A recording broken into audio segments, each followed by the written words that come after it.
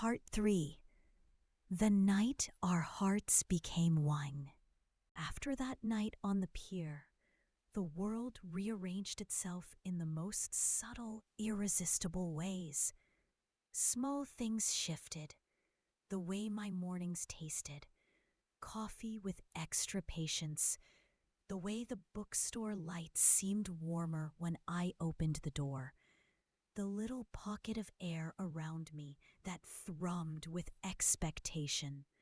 It felt less like falling and more like walking into a room I had always meant to enter. Robert and I slid into a rhythm that was quietly perfect. He would come to my sets when he could, sometimes disguised with a cap and oversized sunglasses, sometimes with nothing but the audacity to sit in the front row and clap like he meant it. I would appear at his press readings and premieres when he asked, holding his arm like he was a private treasure and not a public spectacle. We made a secret language of small gestures. The way he tucked a napkin into the collar of his shirt when he was nervous. The way I hummed under my breath when I was sure of something. We learned each other's silences and how to be comfortable in them. One late autumn evening, after a set at the Lantern, Robert asked me if I wanted to visit the studio he liked. Not a movie set, but a small, forgotten theater where he sometimes rehearsed lines aloud and breathed the echo of his voice. "It's quiet tonight," he said. "Come with me. I want to read to you." I will never forget that night. The theater was a narrow champagne velvet sort of place. It smelled of old wood and dust, and 100 lines whispered into red velvet seats.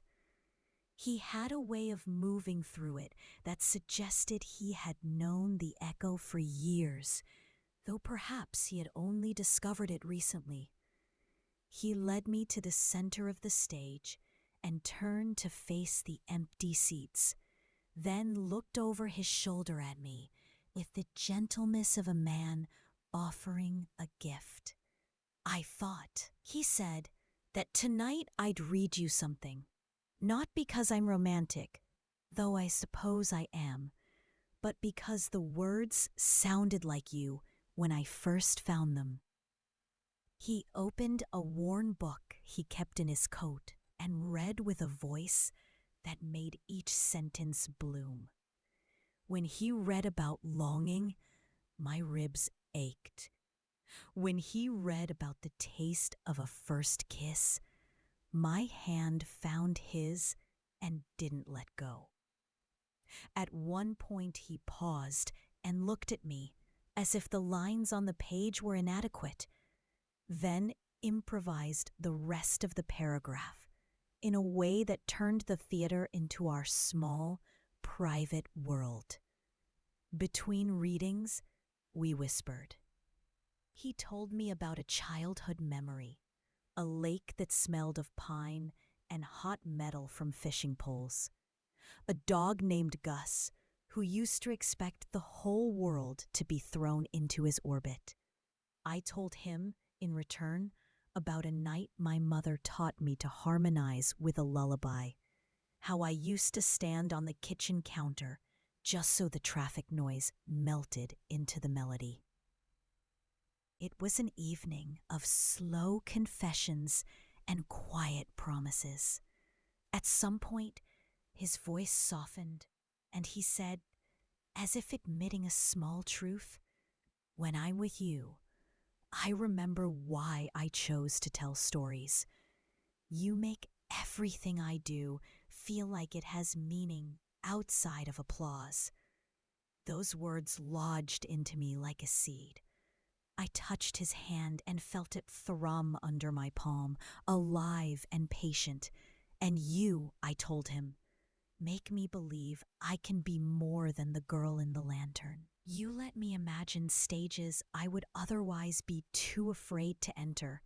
He smiled, the kind of smile that made his eyes fold into crescent moons. "Then let's be brave together," he whispered. We left the theater and walked hand in hand through the sleeping city, the streetlights a tiny audience for the two of us. He kissed me on a bridge that spanned a creek where the water below hummed secrets. The kiss was slow and deep without haste, a poetry of breath and warmth. It was the kind of kiss that assured you of being wanted and treasured, a shared benediction of the heart. When we finally parted, the world seemed to be sitting still, holding its breath with us. Love, we discovered, is not only in declarations. It exists in the quiet sharing of life, in the way he learned the names of my favorite songs and how I learned his nervous rituals. It was in the nights we spent on his couch, reading scripts and lyric sheets, in the mornings of pancakes and laughter, and in the afternoons when we simply lay in bed with sunlight painting stripes across the sheets, talking about nothing and everything. Yet, as the sweetness deepened, the edges of our lives began to rub against each other in ways that required tending. Fame is not a creature that respects boundaries. It seeps through the seams. Robert's world came with lenses and flashbulbs, with fans who believed they owned pieces of his heart, and with paparazzi who could make any private moment public in the stroke of a camera shutter. One evening, a photograph appeared, not on my social media, because I kept that modest and slow in a gossip column that had a way of making mountain storms out of candle flints. The picture was grainy and shot from across a distance, the kind of image meant to suggest scandal without saying anything explicit. It showed Robert and me leaning close in conversation outside a cafe. He was protective, his arm around me. I was laughing, head tipped back. The caption underneath suggested an unexpected liaison, insinuating that I might be some opportunist or career climber, using him as a prop. The comment section filled with people's assumptions. Some were oddly tender. "He looks happy." Others were cruel, as if happiness were a crime. I felt myself becoming scrutinized under the wrong kind of light. I was not ready for the sudden heat of public opinion. I had always been small, in the best sense, modest, private, unobtrusive. The attention made me flinch. Robert called within minutes of the post. His voice was careful but steady. "Miley," he said, "are you okay?" "I will be," I answered, trying to keep my voice level. "I'm small, Robert. I can handle whispers." "No," he replied, and I felt him smile in the line of his words. "You don't have to handle anything alone." He came over within the hour, moving through the night like someone who never really slept. He wrapped his arms around me like a shield and pressed a kiss to my temple as if asking forgiveness for the world's cruelty. "I'm sorry," he murmured. "I hate that this leaks into your life." "It's not your fault," I told him, though my heart clung to him like a life preserver. "It's just a thing that happens when someone you love is famous." He stayed the night. In the morning, we addressed it together, not with a press release, but with honesty. He spoke carefully about privacy and how there were things he could do to protect the life we were building. We agreed on small things, fewer public displays, more hidden walkways. A code word for when the cameras circled too close. He listened to my fears about being seen only as an accessory to his fame and promised in a quiet, solemn tone that he would never let that happen. "But you must promise me one thing," he said, taking my hands in his. "If it ever gets too much, you say the word. I will move mountains for you." I laughed, tears threatening. "You always say mountains." "It's a big thing to move for you," he said, smiling. And he did move them, in small acts that meant the world. Turning down an exclusive interview that might exploit our relationship. Publicly praising my music in ways that elevated my art without making me a mere curiosity. And once, when a particularly intrusive photographer camped outside my building, showing up unannounced with a dozen flowers and the soft insistence that we walk through another door, one with a converse of secrecy and safety, we learned to be fierce for each other. My fans joined us as quiet protectors, those who had come to the lantern for the music long before Robert ever walked in. They wrote notes, left baked goods, and formed a buffer that felt like small-town solidarity wrapped in digital hands. Their kindness sustained me in ways I hadn't expected. Yet the threats were not only external. We both carried bruises from separate lives that sometimes surfaced like unwanted tides. Robert carried the burden of an industry that chewed people up and spat out pieces that never fit back together. There were directors he had trusted who used him like a prop, and producers who valued him less for his art and more for his ability to sell magazines. I had my own ghosts, a childhood of proving my worth through applause. The quiet ache of a mother who had always feared instability. One night, after a particularly draining press tour he had to endure, he arrived at my apartment, looking smaller than he should have. A fatigue lined his face like a script of sorrow. He sank into my couch and looked at me like a man who had been asking himself the same question for months.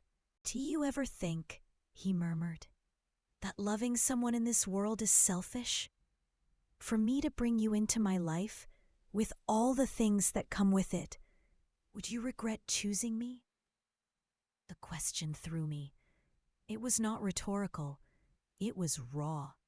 I could see the tremble in his hands, the hands that had once reached out to me so gently on the pier.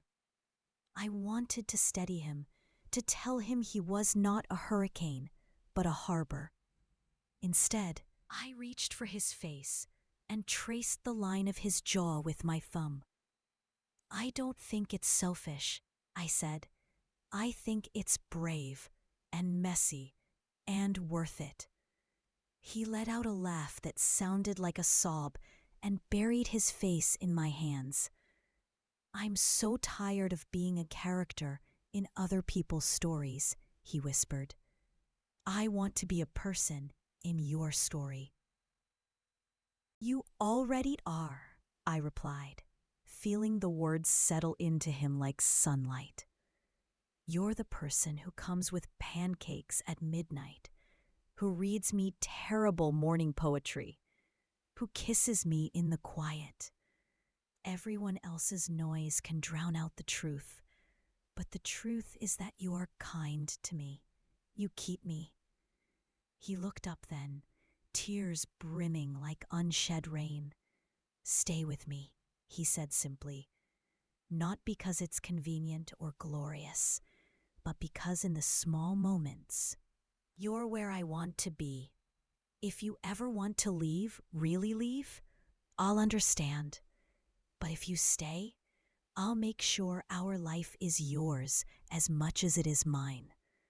The tenderness of that plea unclenched something hardened within me. I did not feel like leaving. I wanted to be a part of his world, because his world, when shared with me, became more than a spectacle. It became inhabited with meaning. We made a pact, not with rings or promises on a stage, but with small recurrent actions. We would dedicate certain nights to each other, alone. No phones, no cameras, just dinners cooked in overworked pans and songs hummed in the dark. We would meet each other's parents when the time felt right. We would not allow fame to write our definition. And yet, as months deepened into a year, life, as it always does, demanded that we adapt. Robert received parts that took him away for months at a time. I landed a small residency at a music festival out of state. We learned a new kind of loving, patient, tethered, resilient. The night our hearts truly became one, not in some dramatic, cinematic way, but in the slow surrender that makes love real, came not with fireworks, but with a small, shy confession. It was a snowy evening. We had both been traveling. He had returned from a shoot, and I had come back from a brief tour.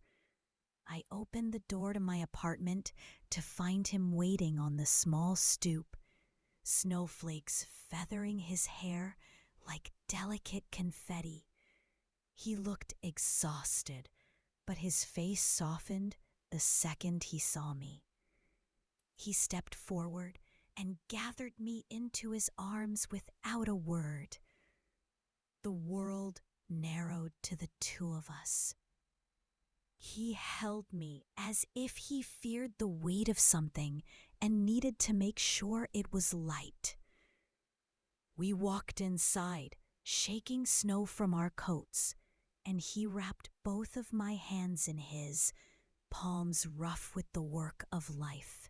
We made tea and sat on the tiny rug in front of the window, watching snowflakes chart their own slow conspiracies. I leaned against him, the slow rhythm of his breath a balm. For a while, no one spoke.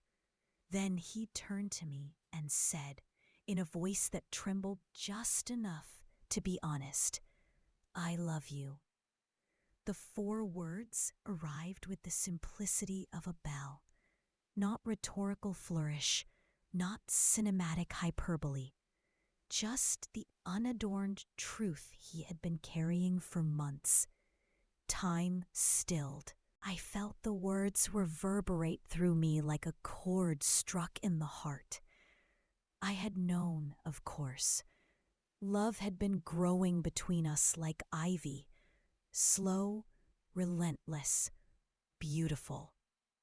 But hearing him say it, hearing him choose to place that word between us in the open like an offering, made everything feel anchored. "I love you too," I answered, and I meant every syllable with my entire being. He kissed me then, not the soft teases of earlier nights, but a kiss that wrapped my name around his mouth like a hymn. It was an affirmation, a vow without vows. When we parted, we rested our foreheads together, the kind of close that made the world outside shrink to a tolerable distance. There were no rosy illusions that everything would be easy after that night. Things still circled, schedules still demanded a lot of both of us, and fears still whispered in the dark. But the declaration altered the frame. We had chosen each other in full knowledge of the cost, and that choice gave us a kind of armor. Love, I learned, is not a single incandescent flare. It is the accumulation of small decisions, to stay, to defend, to forgive, to trust. It is the late night confessions, the shared silence, the choice to make space for one another's pain. It's the fierce tenderness of someone who will move mountains for you, and the bravery of someone who will stand on the shore while you dive into the ocean of your work. That night, we fell asleep in each other's arms, the city outside muffled by snow, the future uncertain but softened by the slow strength of our bond. And as dawn crept on the edges of the sky, I realized something sweet and steady. The life I had imagined in whispered, lonely songs had become a duet.